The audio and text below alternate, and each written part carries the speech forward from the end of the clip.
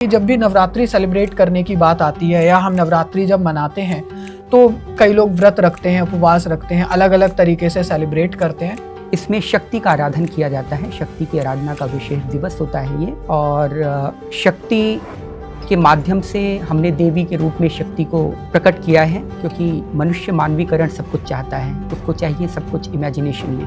9 देवियों के जो अलग अलग स्वरूप हैं, इनका अर्थ क्या है, इनका तात्विक अर्थ क्या है? नवरात्रि विशेष तौर से साधना करने के पर्पज से बनाई गई थी। इसमें शक्ति आराधन का मुख्य उद्देश्य सम्मिलित किया गया। एक नॉर्मल मनुष्य को या एक नॉर्मल व्यक्ति को कितना टाइम लग सकता है मिनिमम अपने पहले चक्र को ही क्रॉस करने? अभी जो कलयुग में पहले चक्र को क्रॉस करने में तो बहुत समय लग सकता है, लेकिन अगर साधक गतिशील है और स्थिर है, दृढ़ है, अनन्य है, तो वो बहुत तेजी से इसमें गतिशील कर लेगा। कुछ ऐसे आप अगर नियम बताना चाहें जो नवरात्रि के दौरान हर व्यक्ति को पूरे करने ही चाहिए? मेरा एक ही नियम होता है, चाहे नवरात्रि हो चाहे कोई भी उत्सव हो। मुख्य है समस्त व्रतों का, समस्त धर्मों का, समस्त कर्मों का, समस्त कृत्यों का बस एक और एकमात्र लक्ष्य क्या है? भगवान की ओर पथ प्रदर्शित करना, भगवान की ओर मिलाना या भगवान से प्रेम पैदा करना। एंजाइटी, डिप्रेशन, किसी भी सिचुएशन से अगर हम जूझ रहे हैं, थॉट्स बहुत ज़्यादा दिमाग में आते हैं, कोई ऐसी पर्टिकुलर हम ऐसा कुछ कर सकते हैं कि इन देवी की उपासना करने से वो हमारा बहुत ज़्यादा हमें उनको लाभ मिले? हाँ, इसके लिए आप चंडी कवच करिए, जो दुर्गा कवच है ना, उसको करिए। दुर्गा कवच में पूरा जो आपका, आप जिसे विपश्यना बोलते हैं, वो पूरा दुर्गा कवच के माध्यम से आपको वहाँ पे मिल जाएगा। अभी हाल ही में वैष्णो देवी में भी जो कुछ घटनाएं हुई, तो क्या एक्चुअल में ऐसा हो सकता है कि जो लोग वहाँ मर रहे हैं वो उन्हें सीधा मोक्ष की या मुक्ति की प्राप्ति हो? कदापि नहीं। मोक्ष की प्राप्ति कैसे होगी? मन एव मनुष्याणाम कारणम बंधन मोक्षयो। आपका मन कहाँ पे है वो देखा जाए, शरीर कहाँ पे है इससे कोई फर्क नहीं पड़ता। नवरात्रि के टाइम पर उनके ऊपर देवियां आ जाती हैं, माता आ जाती हैं। ये एकमात्र पाखंड है, अज्ञानता है। कहीं कोई देवी नहीं आ सकती। और आपने हमेशा देखा होगा, देवियां सिर्फ एकमात्र ऐसे लोगों पे आती हैं जो कभी नहाई नहीं होती है। आज का ये एपिसोड बहुत ज़्यादा स्पेशल होने वाला है। नवरात्रि बिल्कुल नज़दीक है और बहुत सारी ऑडियंस, बहुत सारे लोग ऐसे हैं जो हमेशा नवरात्रि पर कुछ ऐसा जानने की इच्छा रखते हैं जो उनके जीवन को एक स्टेप आगे लेकर जाए। वो ऐसा क्या सीख सकते हैं, किस तरीके से उन्हें साधना करनी चाहिए, प्रैक्टिस करनी चाहिए और किस तरीके से नवरात्रि को उन्हें सेलिब्रेट करना चाहिए, ताकि जो भी उनकी दिनचर्या है या जिस तरीके से वो अपना लाइफस्टाइल व्यतीत कर रहे हैं वो और थोड़ा सा इन्हेंस हो सके। आज के इस एपिसोड में हम ऐसे मूल तत्वों के बारे में बात करेंगे जो यूजुअली इंटरनेट पर जिनके बारे में कोई बात नहीं होती। ये उसी प्रकार की बात है कि जब तक आपको किसी चीज़ का बेसिक ही नहीं पता है, आप उसके आगे की पढ़ाई नहीं कर सकते।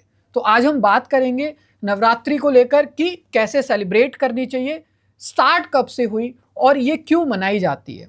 तो आज हम ऐसी ही बहुत सारी बातें करने वाले हैं आज के एपिसोड में। और आज के हमारे स्पेशल गेस्ट हैं श्री श्वेता पाठक जी, जिन्होंने अब तक बहुत सारे ऐसे टॉपिक्स पर बात की है जिन पर आज तक इंटरनेट पर कभी बात ही नहीं हुई। ऐसे बहुत से अनटच्ड टॉपिक्स को कवर किया जो बहुत बेसिक्स थे, लेकिन जिनका मतलब जानने के बाद लोगों के जीवन में एक बड़ा परिवर्तन आता है। तो सबसे पहले तो आपका बहुत बहुत स्वागत है। कैसे हैं? धन्यवाद, धन्यवाद, बहुत बढ़िया। तो मैं चाहूँगा कि आज के एपिसोड की शुरुआत आप कैसे करना चाहेंगे? सबसे पहले नवरात्रि के लेकर ये एपिसोड है, तो हमें कहाँ से शुरू करना चाहिए, बताइए। नवरात्रि का अवसर है तो आप नवरात्रि के विषय में कहीं से भी आप शुरू कर सकते हैं कि हम नवरात्रि क्यों मनाते हैं, कैसे मनाई जानी चाहिए नवरात्रि और उसका रूपक क्या है। तो यहाँ से आप जो भी आप सुनना चाहें हम तैयार हैं। तो सबसे पहले तो मेरे मन में ये प्रश्न था, क्योंकि जब मैं इंटरनेट पर देखता हूँ आज के समय में लोगों का टाइम स्पैन इतना ज़्यादा कम हो गया है कंटेंट को देखते देखते कि वो बहुत ही ऐसे टॉपिक्स को, बस उन्हें शॉर्ट्स देखते देखते उनका टाइम स्पैन इतना हो गया कि उन्हें हर चीज़ का आंसर बहुत ज़्यादा जल्दी चाहिए। मेरे माइंड में एक ये चीज़ हमेशा से आती थी कि जब भी नवरात्रि सेलिब्रेट करने की बात आती है या हम नवरात्रि जब मनाते हैं तो कई लोग व्रत रखते हैं, उपवास रखते हैं, अलग अलग तरीके से सेलिब्रेट करते हैं। कुछ लोग इसमें साधना भी बहुत ज़्यादा करते हैं और कुछ लोग इस उद्देश्य से मनाते हैं कि उनकी लाइफ में जो प्रॉब्लम्स चल रही है, चाहे वो करियर रिलेटेड स्ट्रगल्स कर रहे हो, चाहे वो स्टूडेंट्स हो, किसी भी तरीके से उन्हें कुछ उसमें अच्छे रिजल्ट्स मिल सकें। सबसे पहले तो मैं यही जानना चाहूँगा कि नवरात्रि का एक्चुअल मीनिंग क्या है? देखिए, ये नवरात्रि का जो अर्थ है, शाब्दिक अर्थ है, वो होता है 9 प्लस रात्रि। 9 का अर्थ होता है 9 दिन, 9 दिवस। वह दिवस किस लिए विशेष होता है? क्योंकि इस समय कुछ ब्रह्मांडीय ऊर्जा इस समय संचरण करती है पृथ्वी पर। कुछ विशेष तौर पर ग्रह नक्षत्रों की ऐसी स्थिति बन जाती है, ऐसा एंगल बन जाता है जिसके कारण इस रात्रि, मतलब ये जो 9 की रात्रि है, 9 दिन की रात्रि, 9 दिवसीय रात्रि हैं, इस समय एक विशेष ऊर्जा का आविर्भाव होता है। उस ऊर्जा के कारण जब मनुष्य साधना करता है तो उसका साधना में बहुत तेजी से ऊर्ध्व गति जाता है, उसकी चेतना ऊर्ध्व गति तौर पे आगे बढ़ती है। इसके कारण नवरात्रि का विधान रखा गया है। इसमें शक्ति का आराधन किया जाता है, शक्ति की आराधना का विशेष दिवस होता है ये। और शक्ति के माध्यम से हमने देवी के रूप में शक्ति को प्रकट किया है, क्योंकि मनुष्य मानवीकरण सब कुछ चाहता है, उसको चाहिए सब कुछ इमेजिनेशन में। मतलब जो माइंड की जो लैंग्वेज है दैट इज़ इमेजिनेशन। तो on the basis of that हमें शक्ति को समझाने के लिए हमारे ऋषि मुनियों ने रूपक का एक तरीके से आधार लिया है। तो उन्हीं शक्तियों को हम अपने जीवन में कैसे संचालित करें, उनका लाभ कैसे लें, इसके लिए नवरात्रि मनाई जाती है। ओके। आज का ये एपिसोड वैसे मैं आपको बताऊं कि जो मोस्टली स्टूडेंट्स देखते हैं, और आज के समय में तो क्योंकि अभी एक रिपोर्ट आई थी कि आने वाले टाइम में इंडिया वर्ल्ड में टॉप रैंक करेगा मेंटल हेल्थ की प्रॉब्लम्स को लेकर। ये प्रॉब्लम्स इतनी ज़्यादा तेज़ी से राइज हो रही हैं, और साथ ही एक सेगमेंट वो भी है जिनको थोड़ा बहुत कुछ ना कुछ प्रैक्टिस करते हैं, उन्होंने इंटरनेट से कहीं कुछ देखा साधनाओं के बारे में, मंत्र साधना, अलग अलग तरीके की चीज़ें, लेकिन उनके माइंड में बहुत ज़्यादा क्लैरिटी नहीं होती शुरू कहाँ से करें। चाहे वो स्टूडेंट्स हों, वो इस चीज़ को लेकर थोड़ा सा परेशान रहते हैं कि वो जो पढ़ रहे हैं उन्हें उसमें सक्सेस मिलेगा या नहीं मिलेगा। तो हम जो 9 देवियों की हम जो उपासना करते हैं, सबसे पहले तो मुझे यही जानना है कि इन 9 देवियों के जो अलग अलग स्वरूप हैं, इनका अर्थ क्या है, इनका तात्विक अर्थ क्या है? हाँ, देखिए, नवरात्रि विशेष तौर से साधना करने के पर्पज से बनाई गई थी। इसमें शक्ति आराधन का मुख्य उद्देश्य सम्मिलित किया गया। तो इसके लिए 9 दुर्गा जो हमारे प्रारूप बनाए गए, हमारे ऋषि मुनियों ने प्रारूप बनाए हैं, वो इसलिए बनाए गए हैं, जैसे प्रथम शैलपुत्री बताई गई हैं। शैलपुत्री का अर्थ क्या होता है? शैल का मतलब होता है शिला, शिला मतलब अडिग, स्थिर रहना। स्थिर रहने की पुत्री मतलब जो बिल्कुल अपने काम में अडिग हों। शैलपुत्री कौन हुए? पार्वती जी जैसे थी। पर्वत इसीलिए उनका नाम था पर्वत, और उसकी पुत्री हुई पार्वती जी। तो जब हम शक्ति आराधन के समय में सबसे पहले हमें अब ये व्रत लेना है कि अब हम इन 9 दिनों में अडिग रूप से हम साधना या शक्ति का आराधन हम करने जा रहे हैं, इससे हम विचलित नहीं होंगे। तो प्रथम शैलपुत्री, इसीलिए हम अडिग रहते हैं, इसीलिए उसका नाम बोला गया है शैलपुत्री। जैसे पार्वती जी ने बोला था ना, जब तपस्या कर रही थी कि अगर भगवान शंकर से अगर मेरा विवाह नहीं हुआ तो मैं कुंवारी रह जाऊंगी, लेकिन मैं अडिग हूँ अपने उस पर। और तपस्या के माध्यम से जब और भी बहुत सारे उनके पास बहुत सारी प्रॉब्लम्स आई, उसको भी उन्होंने हटा दिया, और उन्होंने कहा कि मुझे वरना है तो सिर्फ भगवान शंकर को वरूंगी। तो ये जो अडिगता है, ये हमें सबसे पहले शक्ति आराधन के प्रथम दिवस में हमें ये व्रत लेना पड़ता है कि हमें कोई न डिगा सके अपने व्रत से। फिर दूसरा आता है प्रथम शैलपुत्री, द्वितीय ब्रह्मचारिणी। अब हमें ब्रह्म का आचरण करना है। अब हमने व्रत ले लिया, अब हमें ब्रह्म का चरण करना है, मतलब अब हमें ब्रह्म के पथ पे जाना है। क्यों? क्योंकि ये पूरा जो 9 दुर्गा का स्वरूप है, ये शक्ति आराधन का, कुंडलिनी जागरण की अवस्था है ये सारी, ठीक है, ऊर्जा को रूपांतरित करने का साधन है। तो जब ब्रह्मचारिणी का अवसर आता है तो ब्रह्मचारिणी में बोला जाता है कि अब हम ब्रह्म की ओर गतिमान तरीके से चल रहे हैं, इसलिए अब हमारा आचरण ब्रह्म को पाने के लिए होगा। इसके बाद आता है प्रथम शैलपुत्री, द्वितीय ब्रह्मचारिणी, तृतीय चंद्र घंटेति।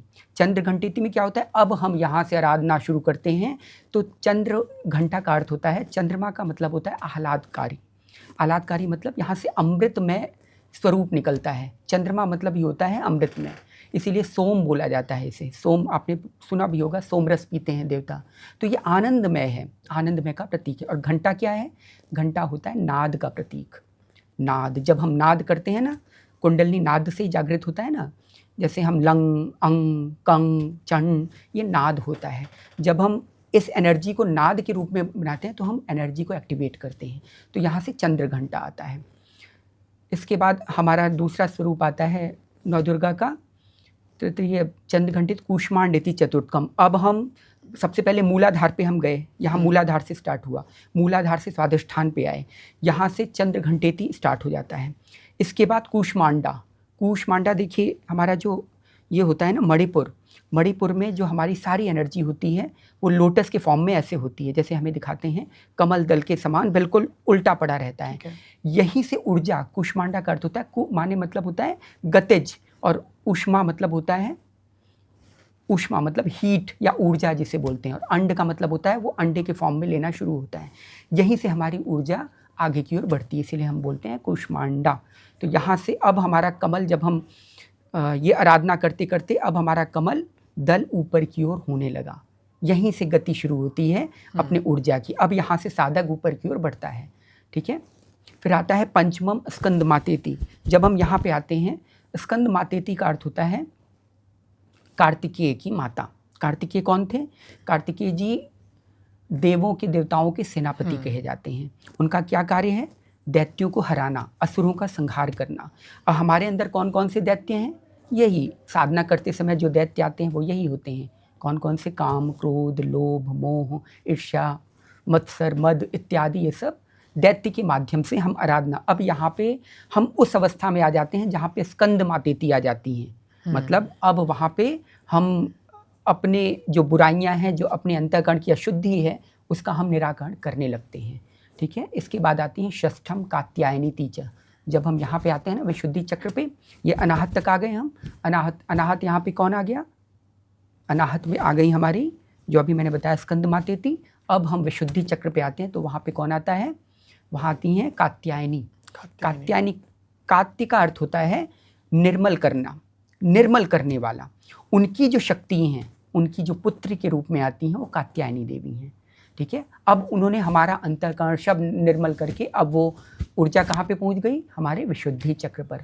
अब आते हैं सप्तमम कालरात्रिति। कालरात्रिति जब हम आज्ञा चक्र पे पहुँचते हैं, वहाँ पे कालरात्रिति आती है। कालरात्रि का अर्थ लोग बहुत गलत करते हैं कि उनका बहुत विभत्स स्वरूप है। नहीं, कालरात्रि का अर्थ होता है, काल का अर्थ होता है समय, और रात्रि का अर्थ होता है सब चीज़ों को रोक देना। वहाँ पे समय का भी प्रबंधन हो जाता है, वहाँ टाइम और स्पेस दोनों का गतिमान स्थिति खत्म हो जाती है, इसीलिए उसको कालरात्रि बोला जाता है। काल मतलब होता है समय, रात्रि का अर्थ होता है, इसलिए नवरात्रि बोला जाता है। रात्रि का अर्थ होता है, रात्रि में एक्चुअल क्या होता है? रात्रि में हमारी जितनी इंद्रियां होती हैं ना, सब सुप्तावस्था में आ जाती हैं। हम बाह्य चीज़ों से कोई चीज़ ग्रहण नहीं करते, ठीक है। जो बाहर वातावरण है उससे हम कोई भी अपनी इंद्रियों से ग्रहण नहीं करते। तो रात्रि का अर्थ है वहाँ पे हम सभी इंद्रियों की, जो ज्ञानेंद्रिय हैं, जो कर्मेंद्रिय हैं, सबको सुप्तावस्था में ला देते हैं। हमारी सभी कामनाओं का मर्दन हो जाता है, समाप्त हो जाता है। तो वहाँ पे काल रात्रि आ जाती है, समय की रात्रि। इसके बाद आता है अष्टमम, सप्तमम काल रात्रि, अष्टमम महागौरीति। जब हम यहाँ पे आते हैं महागौरीति, महागौरी का अर्थ होता है प्रकाशमान, तेज ऊर्जा वाला प्रकाशमान। अब हमें, अब साधक को यहाँ पहुँचते पहुँचते क्या आ गया? अब प्रकाश आ गया, संपूर्ण उसको ज्ञान प्राप्त हो गया, सारी चीज़ें प्राप्त हो गई, अब सब कुछ प्राप्त हो गया। अब मेन चीज़ आ गया, जब यहाँ पे हम सहस्त्रार पे पहुँचते हैं, सहस्त्रार से जब मेन बिंदु ब्रह्म से अपना मिलन होता है, तब उसे बोला जाता है सिद्धिदात्री, नवमम सिद्धिदात्री। अब हमारा सिद्धि कंप्लीट हो गया, अब यहाँ पे हमें सारी सिद्धि मिल जाती है, इसीलिए उन्हें बुलाया जाता है सिद्धिदात्री। और सब शक्तियों का प्रतीक है, शक्तियों द्वारा ही हमें सारी सिद्धियाँ मिल जाती हैं। और कौन सी सिद्धि? उसको सिद्ध करने के लिए, हम उसको प्राप्त करने के लिए। तो ये पूरे 9 दिवस हम इन्हीं साधनाओं के माध्यम से अपनी ऊर्जा को गतिमान करते हैं। तो ये 9 दुर्गा का प्रारूप है, और 9 दुर्गा का यही एक तरीके से तात्विक विवेचन है। ये तो आपने तात्विक विवेचन बता दिया बहुत अच्छी तरीके से, लेकिन मेरे माइंड में एक क्वेश्चन ये आ रहा है कि क्या जो प्रारंभ कर रहे हैं अभी, उनके लिए संभव है कि वो 9 दिन में कुछ प्रोग्रेस कर पाएँ? क्योंकि ये अगर हम किसी भी देवी की उपासना कर रहे हैं, किसी भी शक्ति की उपासना कर रहे हैं, एक नॉर्मल मनुष्य को या एक नॉर्मल व्यक्ति को कितना टाइम लग सकता है मिनिमम अपने पहले चक्र को ही क्रॉस करने में?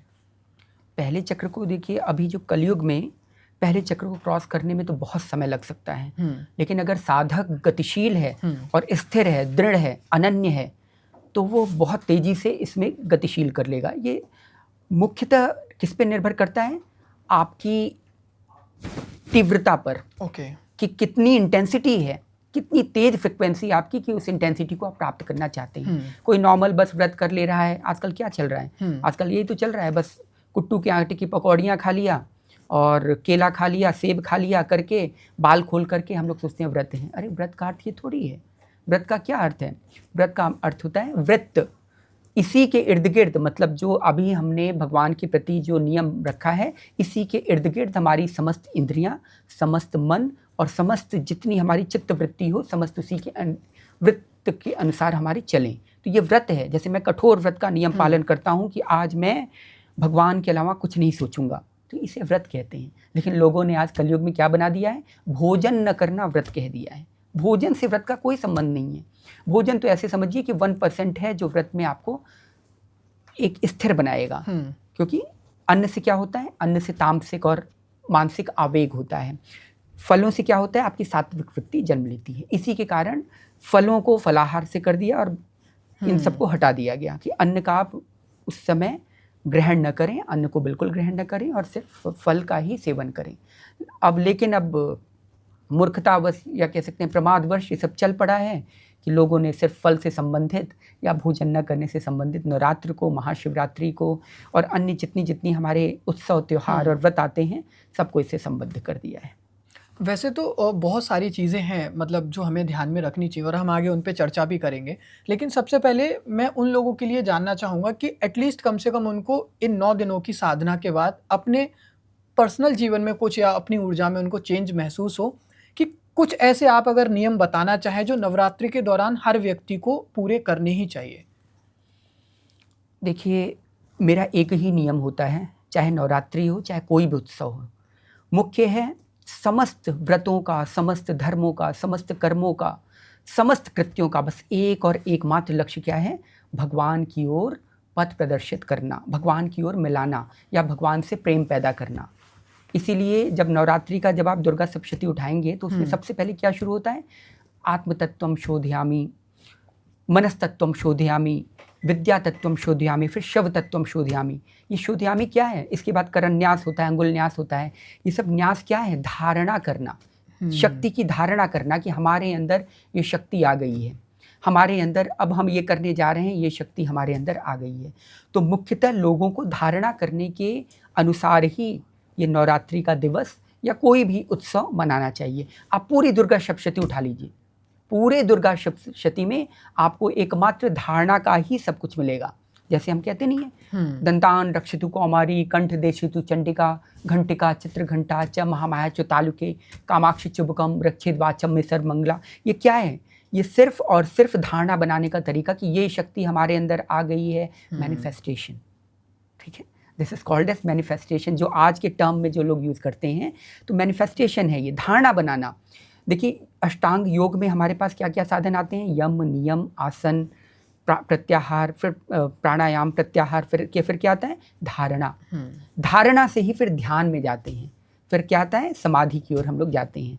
तो ये जो है, यही धारणा बनाने का, ये पूरी सप्तशती में आप पूरा सप्तशती उठा लीजिए, जितना आपको असुरों से संहार वंहार सब बताया है, या आपको शक्तियों को रूपक के माध्यम से या जिसे बोलते हैं पर्सोनिफिकेशन के माध्यम से आपको सब चीज़ें बताई गई हैं। ये ब्रह्मांडी ऊर्जा है, इनका हमें कैसे लाभ लेना है, ये दुर्गा सप्तशती में हमें मानवीकरण करके बताया गया है। तो उसको हमें धारणा बना करके, उस ऊर्जा को हमारे अंदर समाहित करने की धारणा बना करके तब हम चलेंगे, तब हमारा व्रत मतलब चित्त, मन, बुद्धि, चित्त, अहंकार सब इसी के अनुरूप चले, तब आप समझिए हम सही नवरात्र कर रहे हैं। नहीं तो खाना पीना पी करके इधर उधर बाल खोल करके घूमना या जो है बस ऐसे करना या जाके ढोलक वोलक बजा देना, इससे नवरात्र का कोई संबंध नहीं है। ठीक है, कुछ लोगों को मतलब मैंने देखा है नवरात्रि के टाइम पर उनके ऊपर देवियां आ जाती हैं, माता आ जाती हैं। ये एकमात्र पाखंड है, अज्ञानता है। कहीं कोई देवी नहीं आ सकती। और आपने हमेशा देखा होगा, देवियां सिर्फ एकमात्र ऐसे लोगों पे आती हैं जो कभी नहाई नहीं होती है, जो सबसे आप देखेंगे सबसे ज़्यादा, सबसे जो लड़ाई करती होगी, लड़ाई झगड़ा इत्यादि, सबसे ज़्यादा देवियां उसी पे आती हैं। ये देवी वो भी इतने, ये महान ऊर्जा का तत्व है। आप ये सोचिए, इस छोटा सा बल्ब आपको मैं दिखा रहा हूँ जो 1 वाट का है, उसमें आप अगर 1000 वाट का पावर डालेंगे, उस बल्ब की क्या स्थिति होगी? क्या स्थिति होगी? वो ब्लास्ट कर जाएगा, वो जाएगा ही नहीं, फूक जाएगा पूरी तरह से। और आप जो है इन्फिनिटी पावर एक छोटे से गंदे शरीर में, मलमूत्र जैसे विषैले शरीर में, माइक चीज़ों में आप अलौकिक चीज़ें पदार्पण करवा रहे हैं, कैसे हो संभव है? ये मूर्खतावश लोगों ने अपने आप को दिखाने के लिए, ताकि हमारी पूजा हो, लोग हमें पूजें, इसके कारण ये देवियाँ आती हैं। नहीं तो इन देवियों से पूछिए, भाई आप देवी आ गई हैं ना, देवी का अर्थ क्या होता है? क्या होता है? नमस्तस्यै नमस्तस्यै नमस्तस्यै। किसका? कि जो है आप विद्या के स्वरूप हैं, आप ज्ञान की स्वरूप हैं, बुद्धि रूपेण संस्थिता, नमस्तस्यै नमस्तस्यै। अच्छा देवी जी, थोड़ा मुझे ये बताइए, ऋग्वेद के प्रथम मंडल में कौन सा सूक्त का इसका अर्थ क्या है? देवी वहीं कांप जाएंगी, तुरंत कांप जाएंगी, बल्कि है तो महासरस्वती की पूरा रूप है ना, क्यों कांप जाएंगी? आप उनसे चलिए वही बात पूछिए। ये पूछ ली थी कि अच्छा मैंने बनियान किस कलर का पहना है, भाई बताना जरा, तो देवी जी, देवी वहीं पे कांप जाएंगे, बोलेंगे है तो मुझे क्या कर रहा है। अच्छा एक बात मुझे नहीं समझ में आती, जब भी देवी आती हैं तो वो बाल खोल करके घूमने क्यों लगती हैं? क्या किसने ऐसी देवी को देखा जो घूमने ऐसे लगता हो? ये सिर्फ मूर्खतावश, पाखंडवश, लेकिन कोई अज्ञानतावश। नेगेटिव एनर्जी मतलब ऐसा होता है क्या, मतलब कि वो रिप्रेजेंट कुछ ऐसी, मतलब ये मैंने सुना था कहीं पर ये बहुत पहले, कि देवियाँ तो जैसे जो अभी आपने बताया वो बात पूरी तरीके से सच है, लेकिन कुछ ऐसी नेगेटिव एनर्जीज आ जाती हों जो अपने आप को प्रेजेंट करती हों, ऐसा कि हमारी पूजा हो और ऐसा नहीं, कुछ नहीं, हो। कोई नेगेटिव एनर्जी नहीं आती। जब भी कोई नेगेटिव एनर्जी आए ना, दूसरा एक और उससे बड़ा नेगेटिव एनर्जी लेकर के, मुग्दर लेकर के मारना शुरू करो, देखो 2 मिनट में नेगेटिव एनर्जी भागती मिलेगी, 2 मिनट नहीं लगेंगे उस एनर्जी को भागते हुए।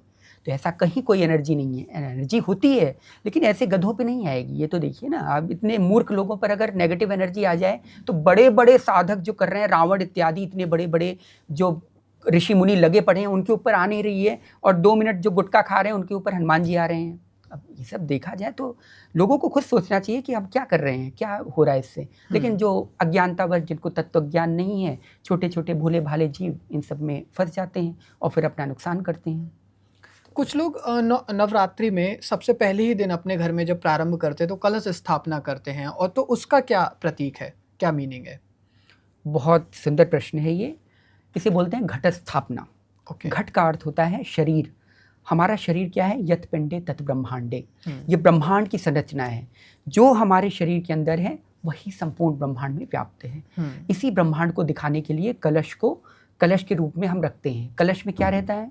पानी रहता है। और पानी का मतलब क्या होता है? जल। जल किसका प्रतीक है? भव। इसीलिए भव बोला जाता है, भव भवानी। ठीक है, ये जल का मतलब आपका पूरा total dark matter, dark energy से लेकर के जितनी ब्रह्मांड की समस्त ऊर्जा है, जिसे मह बोलते हैं, मह तत्व, वो हम मह तत्व इसमें समाहित होता है, जिसको हम पानी के रूपक से प्रस्तुत करते हैं कि ये देवी का स्वरूप है, या हम देवी के स्वरूप हैं। हमने अपने आप को वहाँ पे स्थापित कर दिया है। हम किसका शोधन होना है?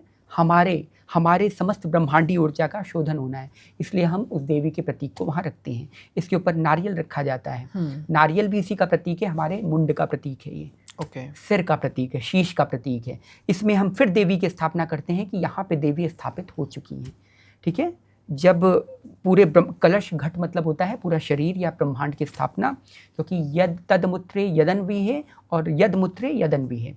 मतलब जैसा शरीर में है वैसा ऊपर है, यो हम सो हम, जैसा ऊपर है वैसा ही हम ही हैं। तो हम अपने आप को घट स्थापना के रूप में वहाँ पे रखते हैं, और इसके बाद देवी की स्थापना मतलब देवी का उसमें वो डालते हैं, उसमें धारणा बनाते हैं कि ये देवी इसमें है। और अगर देवी होती उसमें नारियल में, तो फिर हम देवी की मुंडी फोड़ते हैं बाद में जाकर के। 9वें दिन फूटता है ना, नारियल फोड़ते हैं और सब प्रसाद लेते हैं। नहीं, वो हमारा ही शरीर है। हमारा शरीर मतलब हमारा मुंड है। मुंड मतलब हमारा अहंकार का प्रतीक हमने देवी के सामने स्थापित कर दिया कि ये देवी, ये अब आपके सामने है, इसको शोधन करो। शोधन करने के पश्चात जब अहंकार का नाश हो जाता है, तब उसमें से जो नारियल होता है वो प्रसाद के रूप में बंटता है। तो ये इसका तात्विक प्रतीक है। लेकिन आजकल कौन जानता है? सब पानी भर के कलश में उसको बस इधर उधर करके कर देते हैं। कोई धारणा बनाता है? ये नहीं बनाता, क्योंकि लोगों को तत्व ज्ञान पता ही नहीं है। लेकिन मतलब आगे कुछ क्वेश्चंस हैं, लेकिन एक बहुत छोटा सा मैं चाहूँगा आंसर, केवल उन लोगों के लिए जो अगर हमें, जैसे मान लीजिए एंजाइटी, डिप्रेशन, किसी भी सिचुएशन से अगर हम जूझ रहे हैं, थॉट्स बहुत ज़्यादा दिमाग में आते हैं, कोई ऐसी पर्टिकुलर हम ऐसा कुछ कर सकते हैं कि इन देवी की उपासना करने से वो हमारा बहुत ज़्यादा हमें उनको लाभ मिले? क्योंकि हर देवी, हर शक्ति का अलग अलग प्रतीक है, तो उनसे हमें कुछ ना कुछ अलग विशेष लाभ ही होंगे। तो पर्टिकुलर ऐसा कुछ है? हाँ, इसके लिए आप चंडी कवच करिए, जो दुर्गा कवच है ना, ओके। हाँ, उसको करिए। दुर्गा कवच में पूरा जो आपका, आप जिसे विपश्यना बोलते हैं, वो पूरा दुर्गा कवच के माध्यम से आपको वहाँ पे मिल जाएगा। दुर्गा कवच में जैसे लिखा है ओम नमः चंडिकाय ओम विशुद्ध ज्ञान, ये तो अगला हो गया। जैसे जो बोलते हैं ना कि हमारे इस शरीर में यहाँ पे देवी की स्थापना हो गई, यहाँ देवी की स्थापना हो गई, तो ये हम अपने मन को, अपने विचारों को एक जगह फोकस करने का माध्यम बनाते हैं। तो इसके लिए चंडी कवच जो है वो सबसे उपयुक्त है। वो आपके पूरे शरीर की धारणा बनाएगा और आपके मन को एक जगह नियंत्रित करेगा, एकाग्र करेगा, और शक्ति आप अंदर, अपने अंदर अतुलनीय शक्ति का संचार देखेंगे। जब आप ये करेंगे ना, अतुलनीय शक्ति का संचार करेंगे, जो आपको बैठ करके लोगों के सामने आप देते हैं ना 5-5 लाख रुपए और हमें ऐसे करवा दो वैसे करवा दो, आप खुद करके देखिए, आपको पता लग जाएगा कि नवरात्र में या कभी किसी भी समय जब हम चंडी कवच इत्यादि धारण करते हैं, कवच का मतलब हम पूर्ण शक्तियों से युक्त हो गए। का मतलब होता है काया, बाहर की, वच का मतलब होता है बाहर के आवरण को रोक देना। ठीक है, तो बाहर की जितनी फालतू चीजें हम उनको ग्रहण न कर सके, इसके लिए हम शक्ति का आवाहन अपने पूरे शरीर में करते हैं। तो अगर आप इसका आवाहन कर रहे हैं, भगवान का पूरी शक्ति का जो है आवाहन कर रहे हैं, तो आपके मन और चित्त बुद्धि सब नियंत्रित रहेगी, सब एक ही दिशा में आगे बढ़ता रहेगा। हमने बचपन से देखा है, जब भी माँ दुर्गा का ध्यान करते हैं, उनका वाहन सिंह हमेशा देखा है हमने, हर जगह पिक्चर्स में, फोटोज में, मंदिरों में। उसका क्या प्रतीक है? जैसे माँ दुर्गा का वाहन सिंह है और माँ काली का।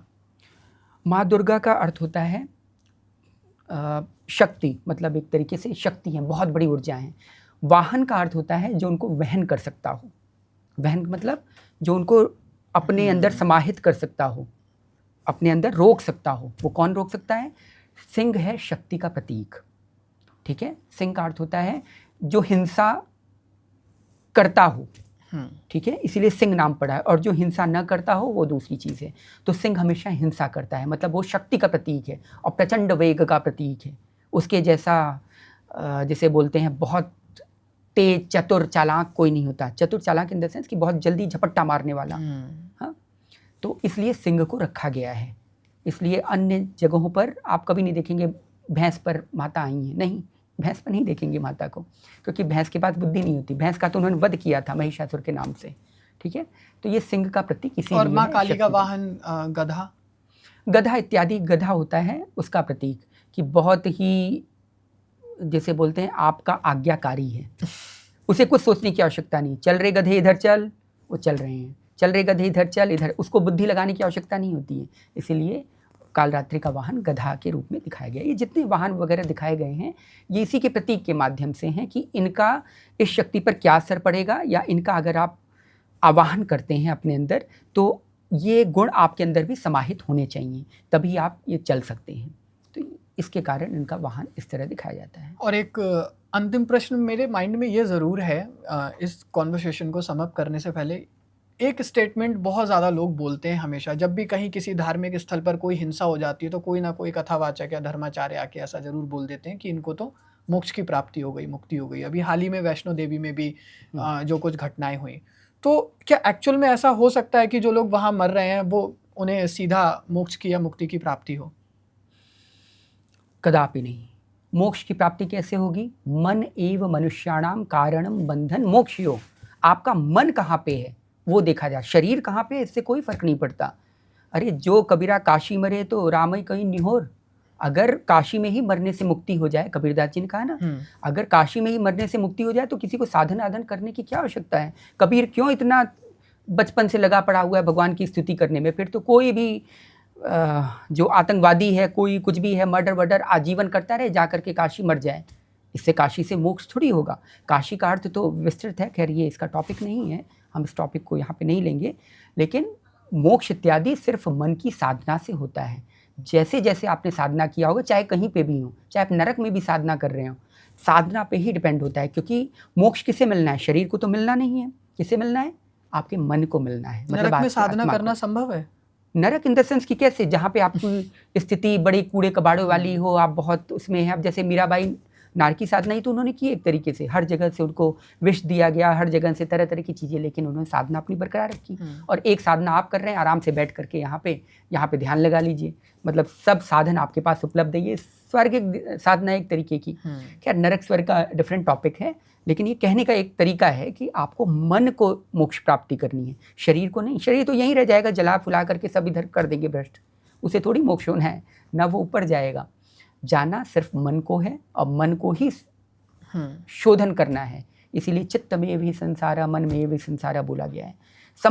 समस्त टॉपिक इसी पे आकर के समाप्त हो जाते हैं कि मन ही शोधन करना है। इसलिए सारे महापुरुषों ने हर जगह बस ये मन को ही द्योतक मान के सब कुछ लिखा है। सारे वेद शास्त्र, उपनिषद, आप पद भी पढ़ते होंगे, अरे मन अवसर बीतत जात, अरे मन काहे करत गुमान, अरे मन दिन दिन बीतत जात। सब मन को, कोई बोला है कि ए शरीर तू काहे करत गुमान? ना, बोलते हैं शरीर का गुमान क्यों नहीं कर रहे हो, लेकिन शरीर को नहीं संबोधित करते। तो मन ही मुख्य कारण है।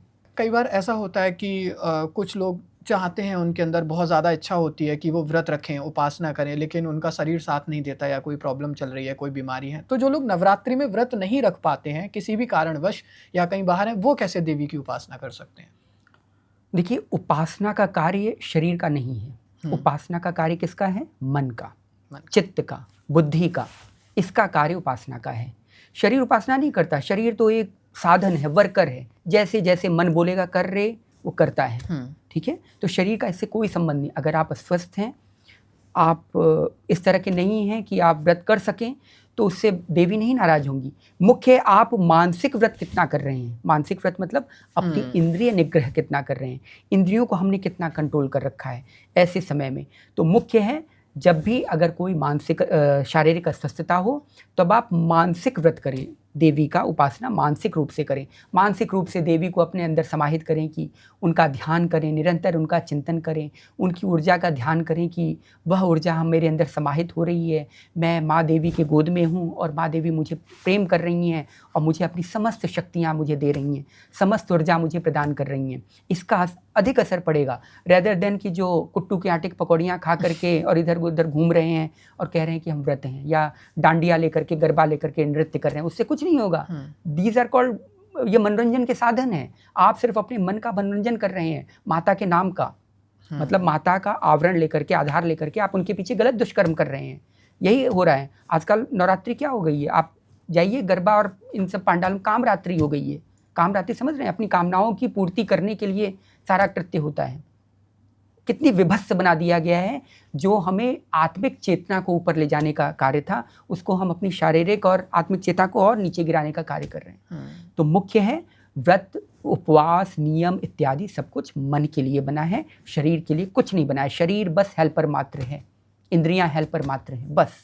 बाकी का मन से करिए, मन से ही सब कुछ होगा। इसीलिए भगवान ने कहा, भजे हम भवानी प्रतिम भाव गम्यम। जब आप भाव बना लेंगे तो भाव से ही सब कुछ है। आप पढ़ लीजिए, दुर्गा सप्तशती में जगह जगह भाव का ही उल्लेख है।